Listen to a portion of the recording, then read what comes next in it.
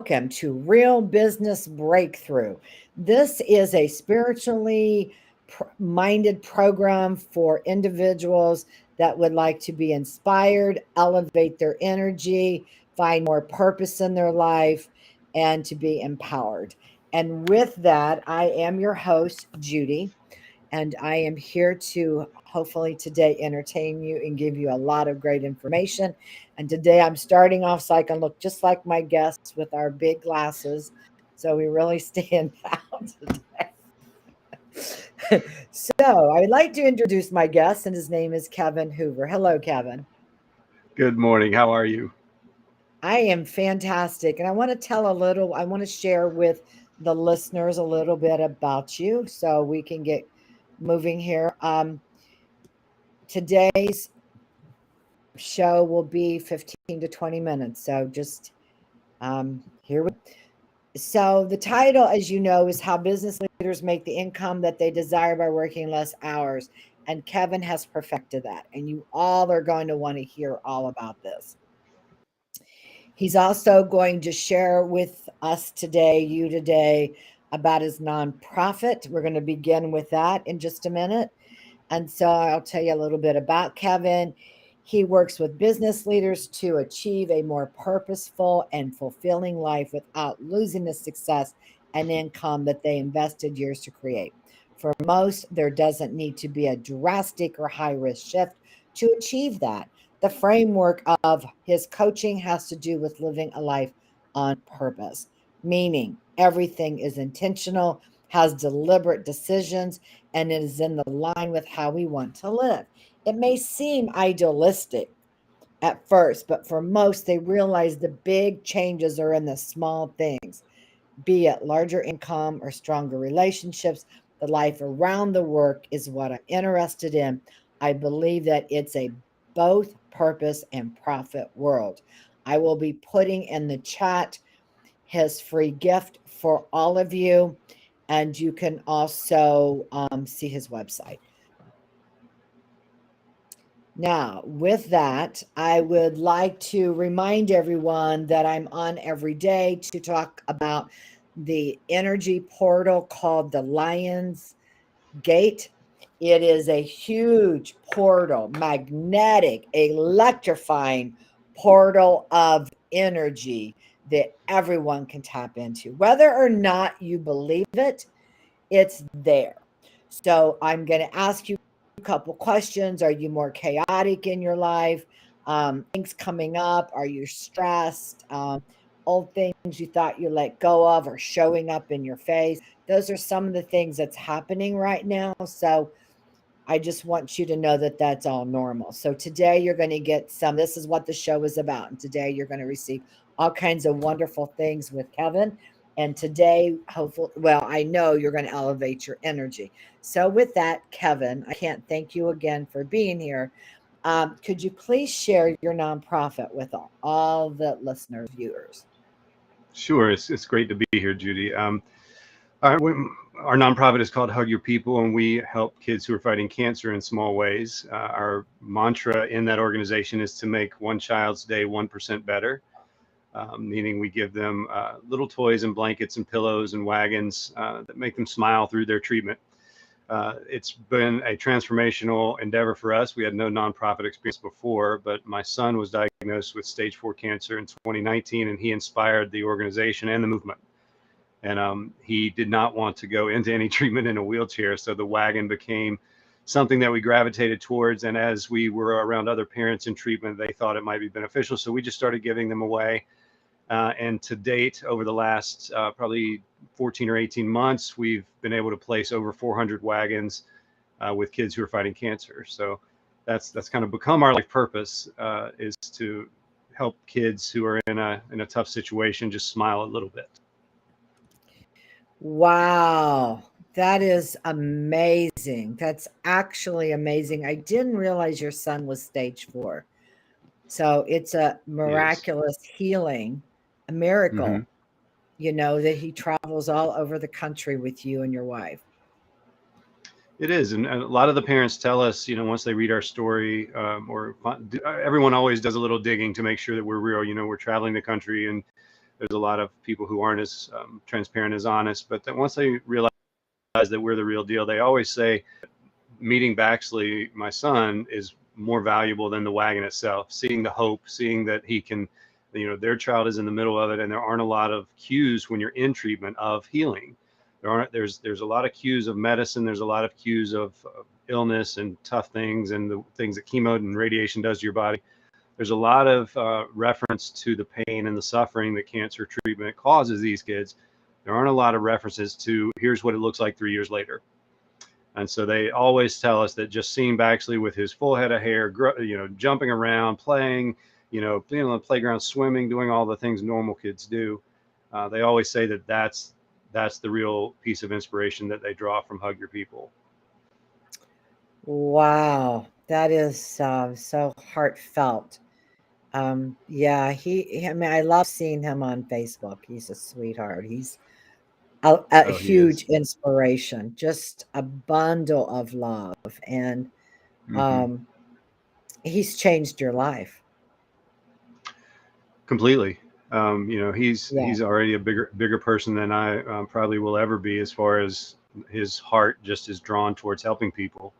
And if I could share a quick story of how his intuitive nature kind of plays into our movement. So last night, he loves pizza. So everywhere we go, we have to go get pizza, and he rates it. And he says, oh, compared to his favorite piece of pizza, this is number 10. And that's his little game. So we were at a pizza place last night. We're in Fergus Falls, Minnesota this week. And we were at a pizza place last night, and he carries Hug Your People stickers with him. And he said, I want to give a Hug Your People sticker to our waitress. She was super nice. Pizza was excellent. And so he did. Well, it turns out she's a part-time social worker, and her boyfriend, who was a cook in that restaurant, his 14-year-old daughter had been diagnosed with leukemia and was in the middle of her. So Baxley's intuitive nature was like, I need to make sure these people know we are part of Hug Your People. So he gave the server a sticker. That led to a conversation with, the guy's name was Andy. He comes out from the back. He meets us. We give him a hug. We talk about his daughter. And then today we're going shopping for his daughter to make sure that she gets the things that she needs while we're here. So and that's not the only time that's happened. We were in South Dakota, and the same thing happened. We had a server at a pizza place. Turns out, he helps kids with some religious organizations, and he's connected to a bunch of kids. And so Bax started by giving him a sticker. This thing where his intuitive nature on how do I let people know what I do without pressing the issue, so to speak. It really starts with him just giving them a sticker and watching them and watching what they do. And he doesn't say a word. It's brilliant. He doesn't say a word, and he lets the energy flow. He lets them approach. He lets them get caught. They need to do, and then all of a sudden, at the time, it ends up being a connection with someone who really needs to hear from us. Wow. And you're saying this is everything he does, that you observe, that intuitively he's running the business, basically. 100%. Yeah. He's running it, and I mean, everybody has a part. Well, as a intuitive that I am, and a medium, and I've been doing this as a healer for over 25 years.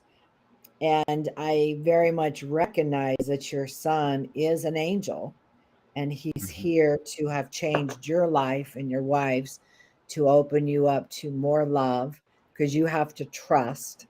It's a big trust factor. And the fact he's here to help change the world, so it's very courageous that I believe that spirits come here and they choose their life. It's all in a school. It's all in learning. It's all about learning more or giving love, right? And so your son is just love. I mean, if that's the one word, love. He is. That's huge. I mean, that's just absolutely huge. So, gosh, thank you so much for sharing all that. Is there a link if somebody wants to donate money to the cause, or if they know somebody that's in the same situation, do they reach out and give you names also? Yeah, absolutely. Our website is the best place to go. That's kind of where we keep track of everything to make sure everyone's getting what they need. Hugyourpeople.org is the website. On the website, there's a donate button. There's also a nominate a wagon button. So if you need a wagon, or you know someone who needs a wagon, you can fill out our little form, some information about the child and the family and what they might need. Hugyourpeople.org, Judy. Sorry. Oh shoot, I'm sorry. Oh, that's okay. Yeah, Yes, but I should have caught it. It's all right. But that's the best place to do it. Where if you feel inclined to donate, that's where you can donate. If you know someone who needs a wagon or needs support from Hug Your People, that's where you would let us know about them, and then we can kind of take it from there. And we are official 501c3, so we are, you get all the tax credits that you might need if you do something like that. Yeah, I know. I had a coaching client that in her early 40s, and that's exactly what happened to her. She got cancer when she was your son's age. And yeah, she thrives and does great. So yeah, we're optimistic. It was a tough couple of years, obviously, as you can imagine, but when he just did it with a smile, and he did it with that love that you're talking about, and there's no doubt that he's here to leave a bigger mark on the world. And it's really funny because he's 7 years old now. He was diagnosed when he was 4. And so if he gets any kind of monetary gift from anybody, so at the holiday times, from the grandparents or whatever, he equates that to how many wagons that can give someone else. Like, it's just, he goes, wow. he's like, oh, that's half a wagon. That's great. And that's just how he thinks. And don't get me wrong, he's still a 7-year-old. So he likes his stuffed animals and his Legos and all that stuff too. But it's really remarkable to see his transformation and his transformation in us. To be able to help the world in a little way. Absolutely. I just am curious. How long are you going to be on the road? Is this an indefinite? No. So our mission was to deliver personally a wagon in every state. So we were going to be out on the road for who knows how long, but we just passed our 1-year mark. August 1st was our 1 year traveling. And we've been to 24 states. We've placed over 400 wagons. We've gotten some really good progress. What we're learning also by actually growing, that it's important for him to have a sense of school and a sense of friends and a sense of community around him, not just hanging out with mom and dad and moving towns every week. So we're probably going to slow up the pace of travel in the near future, just so that he can have some sort of roots develop and kind of take a breather himself. But we'll still go out for smaller spurts. So I feel like the bulk of our travel is probably beyond us, and we'll probably go back, find a home, and then take the camper out on the weekends and things like that, on the summers and holidays and things like that, to still fulfill our mission over time. Right. You're from North Carolina. You live in North Carolina, right? Originally? I'm No, from North Carolina. Okay. Yeah, I'm from North Carolina. I live in South Carolina, though. Okay. You don't have a Southern twang. Well, I spent 10 years in New York City, a couple years in Los Angeles, Philadelphia. I travel around a lot. True. That's true. Okay, let's I'm having such a great time. Let's talk about Let's do business. Let's spend 5 minutes talking about business and how you've learned to make more money and work less hours. Well, I got thrown into the fire on that one. So when the week leading up to my son being diagnosed, I was running 2 businesses. I had a coaching practice and a real estate team. And then when you're hit with something that drastic in life, everything changes in an instant. So Friday, March 22nd, 2019, my son was airlifted. It was that point where we slowly were realizing that business wasn't going to carry on the way it used to. We were going to spend probably 4.5 months of the first year of treatment not at home. So the real estate thing was not going to be viable. I wasn't going to be there, so we had to really shift that. I was doing what I guess most people do. I was working, 5 to 7 days a week, depending on the week and what was going on. I was at the soccer game, but had my phone close by just in case someone needed me, So I was there, but I wasn't fully present. Once we were diagnosed and got everything settled, my work week went from, the 5 to 7 days a week. And we had looked at our schedule, travel, treatment, everything that we were going to need to do, my own personal energy. and I was going to be able to realistically pull about 2 days a week of work. So that panned a bit, as you can imagine, going from a full-time schedule to a 2-day-a-week schedule. How's this going to work? And then we started getting the bills, and the helicopter bill to get my son airlifted was $60,000. Of course, we have insurance and things like that, but these were just emotional financial cues that we were going to have to endure. So how are we going to keep our family afloat? So I committed to doing 2 days a week just in coaching. I pretty much dissolved the real estate team and let everyone go on their own way so that they could find what they need, because I wasn't going to be in any position to lead other people in sales at that point. And so I really doubled down on my coaching, and I let all my clients know. I said, here's what's going on. There are going to be some days that I'm going to say I can't do it today, and some days where I'm really going to give you the good stuff. And I'm going to be very transparent and be honest, and I want you to be the same. And if you need to move on, I respect that completely. So I was very transparent with them about that. I didn't lose a single client, and I just really doubled down for the next weeks. And I worked 2 days a week, and my revenue tripled. New people came in. I was talking from an authentic place. We started sharing our story, being very transparent. I wasn't trying to ramp up or scale or anything. I said, I've got these hours available. If you would like one of those hours, I'd be happy to work with you. So people started towards that. Excuse me. And that was really, and it was very, very uncomfortable at first, because I'm very much from a worker mentality upbringing, where you go to work, you put in an honest day's work, you get an honest day's pay kind of thought process. In my earlier corporate career, I didn't take a vacation for 5 years in my 30s. Because I was working in corporate, and I thought that's how I'm going to get ahead. That's how I'm going to provide. That's how I'm going to succeed. And so this was very, very uncomfortable for me to go back to just 2 days a week. And then I started noticing the revenue, and I was like, wait a minute. Okay, we didn't shrink. In fact, we grew. How did that happen? So then I started really looking at what my mindset was around it, why this shift. I had to make these changes, but what was really going on? And it was all mindset stuff. It was all value oriented, but it was also, I was delivering incredibly strong coaching sessions in very small amounts of time. I was not shying away from the hard questions or the really tough topics. And that's what prompted the growth in people. So all of my clients started having success. And I was like, okay, this is interesting.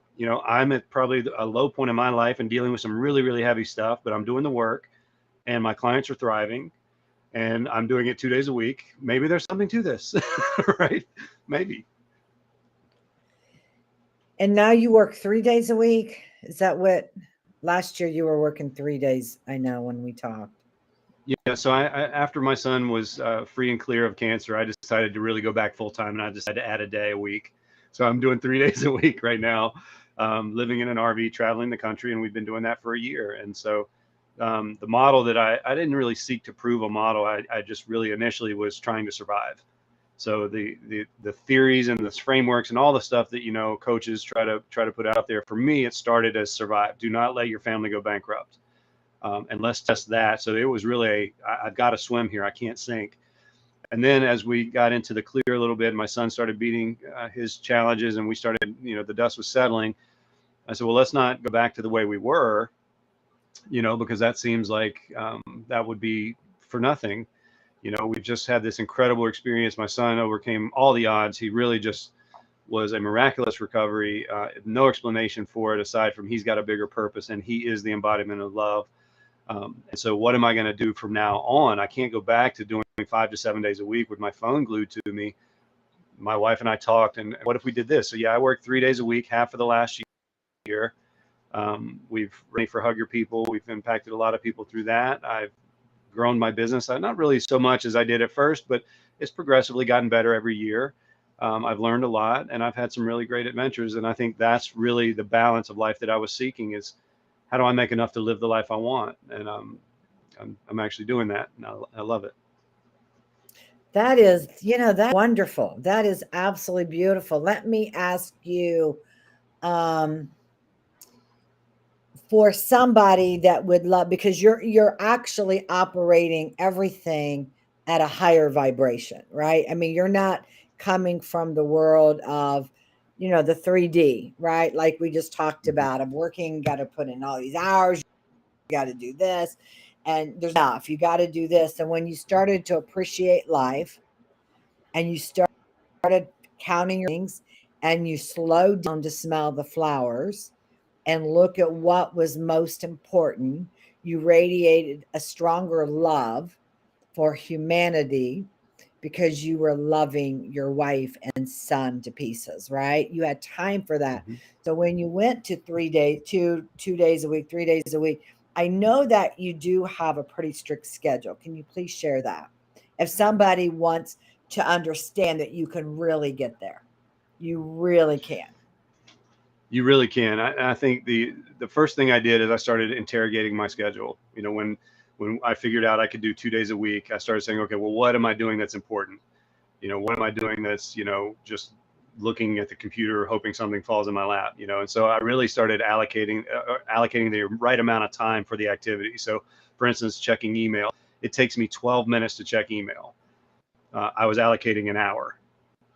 So boom, there's 48 minutes that I just got back. And so I only take 12 minutes to check my email. So if you look at my calendar, I actually put the exact amount of time. And I did that over a course of days of tracking, like how long do I really get in there and delete the things. And this is before the assistants and all that. But it really, if you look at it and say, okay, well, how much time am I spending on my social media? How long does it take for me to create a post? To create a solid post, depending on the time of day, it takes me about, I don't know, 15 minutes to really hash it out and edit and get that thought out there. So by traditional calendars, they're going to give you the option of 30 minutes or an hour. Those are the blocks that they provide for you, unless you change those blocks. So that was the first place I started, is saying, okay, let me allocate the right amount of time for that task and make sure that that task is moving the needle. I have to check my email every day. So I check it once a day and it takes me 12 minutes and I move on. That's that, done. Right? I don't spend any more time going back, or when it pings on my phone, given there are some times, if I have a speaking engagement or something where contracts are being floated around, that I need to pay attention to that. But other than that, so that really was how I started. And now my standards around my schedule are pretty much, the answer is probably no, but convince me. So like when you called me and wanted me to do this, it didn't take much convincing at all, because I know you, I love the work you do. And so this was a yes. So we found room, we found time. The rest of my day is filled with a lot of fun things, a couple client meetings, and so my schedule is very, very intentional. Everything I do has a purpose, and everything I do outside of my actual client meetings or things like this is about moving the needle. Is it leverage or is it scale? What is it? What is it? What purpose does this serve? And so when I started really looking at my schedule like that, I realized that I was allocating 8 hours to do something that takes 4. And I was Wow. like, Wow. okay, that's why company culture, if you look at the corporate office and the corporate thing, why is their culture such a struggle? Most people can do the job they've been hired to do in 4 hours, but the company requires them to stay there for 8, 12, 15 hours, some cases, just to show their face, to make sure they're there, because most leaders believe that if I can't see you, I don't know, how do I know you're doing a good job? And that's the mentality. Right. Our time is up. I could be talking to you all Oh my day. gosh, I just that's quick. love your energy. So people can go to your freebie, and they also can go to your Kevin Hoover coaching, and Hmm. they can, right, that they can learn more about you and what you do. And we've also included your site for people to donate to your cause, your nonprofit, which is beautiful and wonderful. I just honor you and appreciate you so Oh, much. thank you so much. I appreciate you right back. My pleasure. Yeah, yes, and I hope that there's a lot of people that will take the time to watch this, and I will definitely I do post on LinkedIn, just so you know, and I don't think I mentioned that to you, and Facebook and YouTube. So the most important thing is, because I know that you linked your social media for an account, try to get it to LinkedIn too, if Okay, you can, because I absolutely. feel there's a lot of business people there that would like to watch it. And we'll Absolutely. just keep spreading the news and the love.